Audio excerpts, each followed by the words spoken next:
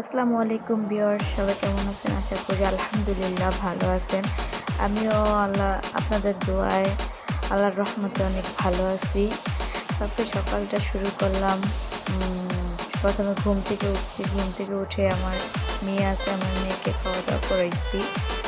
পরে আমি অনেক দিন ধরে বলতেছি রুমটা ঝাড়ু দিব, এলোমেলো হয়ে রয়েছে সারা ঘর।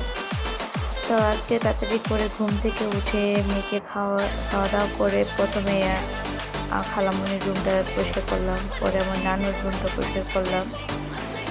তো ও লাস্টে হলো আমার ছোট্ট একটা রুম, ওইটা পরিষ্কার করছি। ওইটা আমার রুম না, ওটা আমার ভাইয়ের রুম। ও আপাতত এখন বাসায় নাই, তো এখন আমার রুম হয়ে গেছে। তো আমি হলো যখন যে রুমে শুই ওইটাই আমার রুম হয়ে যায়। তো এটা হলো আমাদের বাসায় আমি বেড়াতে আসছি।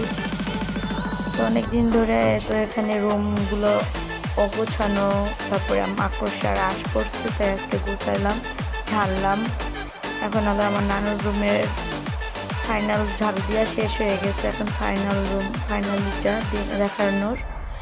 আর হলো লাস্টে হলো এখন আমার খালার রুম, মনির রুমটা। এই যে প্রথমে অগুছানো ছিল, এখন ফাইনালি এত সুন্দর করে গুছাইলাম।